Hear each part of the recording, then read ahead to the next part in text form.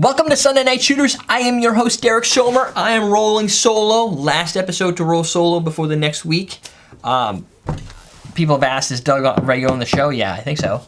He seems to have been when he's here, and he's here a lot, so that's cool. His plan is to be here to help me grow and expand my empire. Or maybe shrink, depending. Or statistics show growth so far. No, we haven't lost anything. We've grown. I mean, I'm sure some people left because they were like, I get people with thumbs down my kids' videos. So there's people for every kind of person. So what we're going to do today is what I called the Jolly Rancher Sour Apple Shock. I'm sticking with the name because I already put it in my notes and all that. So whatever. It's a fine name. It's all SEO. It's Jolly Rancher. And this uses our Jolly Rancher Sour Apple and Aftershock. Aftershock. I don't know why it's so hard to say. This recipe was inspired by Chevy Dad 83 on YouTube, who said him and his boss were trying to think of something to do with some of the stuff because we had mentioned, we have this stuff, this Jolly Rancher stuff. Want to make some cocktails with it, and so they had come up with this idea. We get people thinking. We did, and now I'm actually just going to pour this right in here. Well, really, I shouldn't say we, you. We, you? It's not out yet. No. So, that's right. Did a couple experiments with it. The problem is, if you get the proportions slightly off, you will end up with way too much overbearing cinnamon. So really, it's like a 50-50, which is tough to do in this glass because it's got the concave sides. Or is that convex? The best part is Jolly Rancher Vodka. Concave comes in, doesn't it? Oh, maybe. It's almost impossible to screw up a layer with this stuff. It just floats perfectly, which means Aftershock is full of sugar. We're going to need some more here. But this is a good use of sour green apple. So it's sour green. Aftershock is a cinnamon schnapps. Yeah. Hot. Spicy. Spicy! No, it's not similar. It's not similar to Fireball because Fireball is a whiskey. Fireball is a whiskey, so you're gonna get that the bourbony thing. This, maybe even a little bit more Fireball cinnamon. This is a little bright and cold, like hot. If that makes sense. Hot and cool cinnamon. There you go. And I think that's what this whole ice thing here and the heat. It is. It's real bright, really cool bottle. But it's cold. It gets cold in your mouth. Like when you breathe in, you get that inhale of chill. And this, if you don't know what this is and where we got it and how we managed to get it, go search our channel. Which, by the way, people don't seem to understand that you can go to our channel's main page and go to the search box and type anything you want, and recipes just appear like magic. Go in there and you type Jolly Rancher Fireball. Vodka. It would taste different. There's a lot of things this would taste different with. Fire 101, which I don't know where that went. You went. could probably use Fireball. I would. The difference between Fireball and this may be the big difference for this specific cocktail, because of its look, it won't layer as crystal as this. So I'm going to ghetto zoom this for y'all. And right up there. And it's a nice, fine layer. Like, it's very fine. It's not it's not cloudy. If you used Fireball whiskey, they're going to probably sink because whiskey will be heavier because it's got the cinnamon in it, but I don't know if it's going to be heavier than the fact that this has candy in it. With this stuff, it's just like, it's got a massive weight, so it sinks right to the bottom.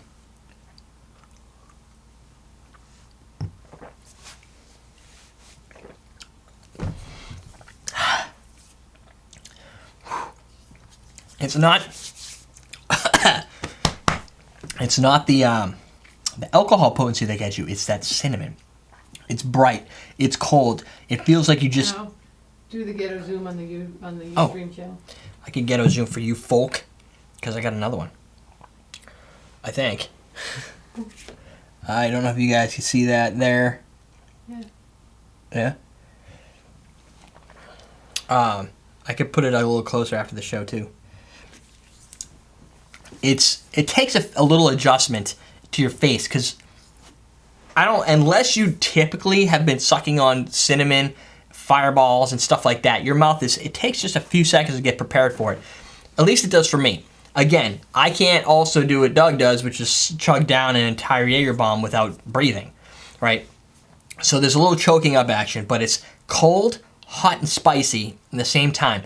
The trick is, by doing it half and half, your initial experience is that of a sour apple. You get that nice sour apple flavor, which is, in my opinion, better than sour apple pucker, which brings more sweetness. This really concentrates, the Jolly Rancher really concentrates on that sour apple property, pushing all the other sweetnesses aside. It doesn't need any more artificial sweeteners. It's already an artificial sweetener. So you get, even when you're starting to tip, you get that nice aroma of that green sour apple.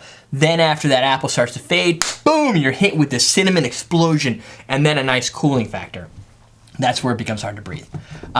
So it's a very easy shooter. Again, I'm not a huge fan of shooters, but I understand the need to create them and be able to market them, and people appreciate that. So if you're gonna layer a couple things, vodka, and you're gonna put vodka on top of Aftershock, bringing the flavor in there just adds a new experience to it and makes it not just another schnapps shooter, something a little bit different. So that's it. Pretty simple. Question of the day. Question of the day. Favorite movie.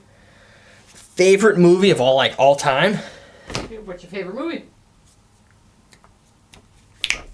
Can I pick 3? Like Lord of the Rings 1, 2, and 3? Office Space. Oh. Office Space is The Office. No, The Office Space is the movie. Office Space is the movie. Office Space is a good movie, but it can't be. I mean, Lord of the Rings is epic. Yeah, Lord of the Rings is good. Lord of the Rings, Braveheart is another awesome one that Braveheart's really good. Braveheart is a movie that I can watch it at any time, and I never feel disappointed. Like, I feel like I could just sit 4 hours. Lord of the Rings trilogy. The whole trilogy. The Lord of the Rings is the movie where, like, because I'm a huge fantasy guy, and I was always into Lord of the Rings growing up, and RPG. I played Dungeons and Dragons from like the age of 10 until junior year of college or so. And so like the whole RPG element, that's kind of dorky. William Wallace. But that whole thing is so awesome. I could just sit down and watch the Lord of the Rings. All 3 of them extended. Godfather was a good book though. Godfather is like one of those movies where I'd watch it once and I'd rather probably read the book, but I could totally watch The Godfather and appreciate it.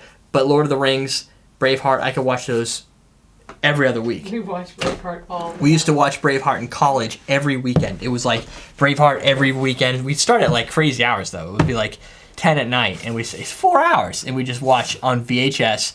Take the second one out, put the next tape in. Was it VHS? Yeah, at least the original one I had on VHS was the double box.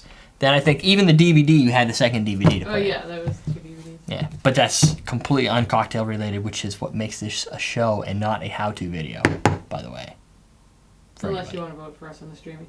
Streamies! You need to vote for us on the Streamies. How to. Yeah. You need to go to our channel, type Streamies, or just go to, I couldn't tell you where to go now.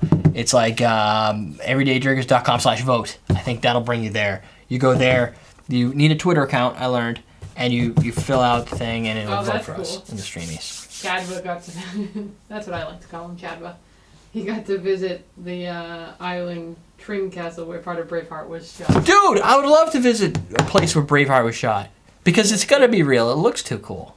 I'm sure some of it was CGI, but some of Braveheart must have been real. Not the legend, but the film area. Anyway, shooter, everydaydrinkers.com. Next week you'll see Doug back here again. One of these weeks we do grapefruit cocktails, like for almost like a week and a half. So here's your warning. So get your grapefruit on. I think some of them will be good. We got Sea Breeze in there, Grapefruit Salty is Dog. never good. Oh, Sea Breeze is not good. There could be some good ones. Drink it. I might have to do in 2 weeks of these things. Drink it. I understand. I'm going to appreciate grapefruit in a completely different way in a couple weeks. So also send us your Doug doesn't Halloween. like grapefruit either. No, nobody does. But then we got to do it. That's why. And like Halloween, right before Halloween, the Sunday before Halloween, I believe we have the tapeworm shooter coming up. That's the one with the mayo. Oh. Some things to think about. All right. Lovely. Everydaydrinkers.com. We're teaching you how to drink.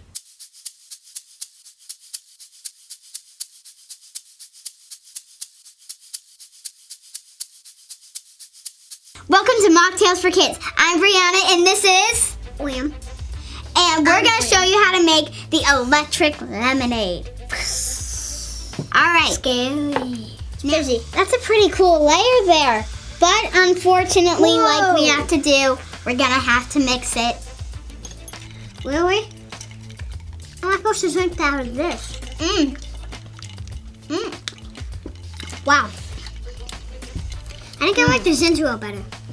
Now let's see. Oh, there it goes. Hit the surface.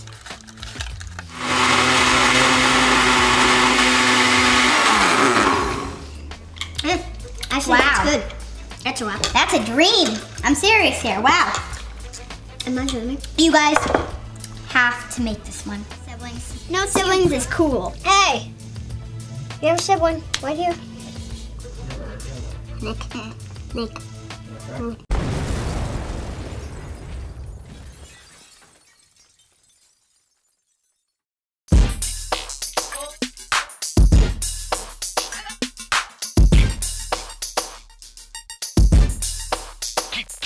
Keep